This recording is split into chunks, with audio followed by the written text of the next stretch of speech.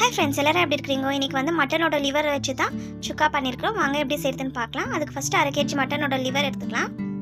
நல்லா வாஷ் பண்ணிவிட்டு எடுத்து வச்சுக்கலாம். இப்போ வந்து ஒரு கடாயில் வந்து லிவரை சேர்த்துக்கலாம்.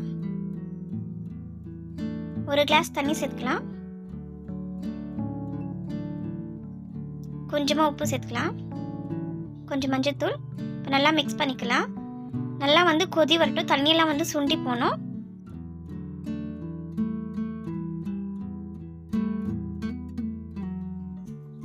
பாருங்கள், லிவர்லாம் நல்லா வெந்துச்சு. இன்னும் கொஞ்சம் தான் தண்ணி இருக்குது. எல்லாமே சுண்டிட்டோம். இப்போ ஒரு கடாயில் கொஞ்சமாக எண்ணெய் ஊற்றிருக்கிறேன். எண்ணெய் சூடானே நறுக்கி வச்சுக்கிற வெங்காயம் சேர்த்துக்கலாம். அது கூட கறிப்பிலையும் சேர்த்துக்கலாம். நல்லா வதக்கிக்கலாம். பட்டை, லவங்கம், ஏலக்காய், சோம்பு பொடி பண்ணி எடுத்து வச்சுருக்கேன். இப்போ அது 1 டேபிள் ஸ்பூன் சேர்த்துக்கலாம். வெங்காயத்து கூட சேர்த்து தான் நல்லா டேஸ்ட் இருக்கும். இப்போ நல்லா வதக்கிக்கலாம். அந்த ஃப்ளேவர் கூட செம்மையாக இருக்கும். நல்லா வெங்காயம் வந்து கோல்டன் கலர் ப்ரௌன் வர வரைக்கும் நல்லா வதக்கிக்கலாம்.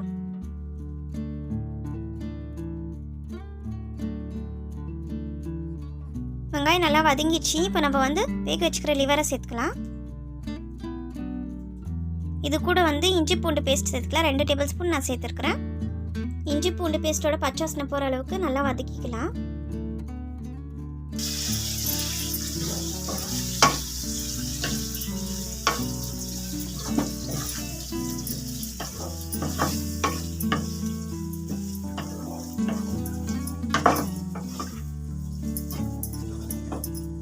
அரைச்சி வச்சுக்கிற தக்காளி சேர்த்துக்கலாம்.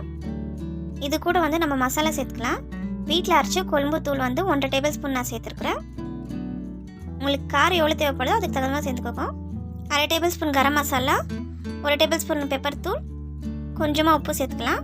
ஆல்ரெடி நான் உப்பு சேர்த்துருக்குறேன். உங்களுக்கு பத்தலைன்னா உப்பு சேர்த்துக்கலாம். இப்போ நல்லா மிக்ஸ் பண்ணிக்கலாம்.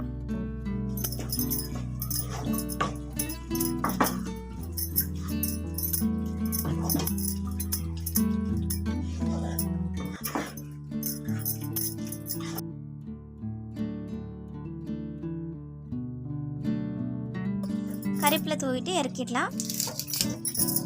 இது வந்து நம்ம இட்லி, தோசை, பூரி, சப்பாத்தி கூட வச்சு சாப்பிட்டாக்க அவ்வளோ டேஸ்ட்டாக இருக்கும்.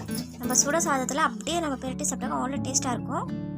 நீங்களும் உங்கள் வீட்டில் ட்ரை பண்ணி பாருங்கள். இந்த வீடியோ உங்களுக்கு பிடிச்சிருந்தா மறக்காமல் லைக் பண்ணுங்கள், ஷேர் பண்ணுங்கள், சப்ஸ்கிரைப் பண்ணுங்கள். பக்கத்தில் இருக்க பெல் பட்டனை கிளிக் பண்ணுங்கள். ஆளுங்கிற ஆப்ஷனை கிளிக் பண்ணுங்கள். அப்போ தான் நான் புது வீடியோஸ் போடும்போது உங்களுக்கு நோட்டிஃபிகேஷன் வரும். தேங்க்யூ.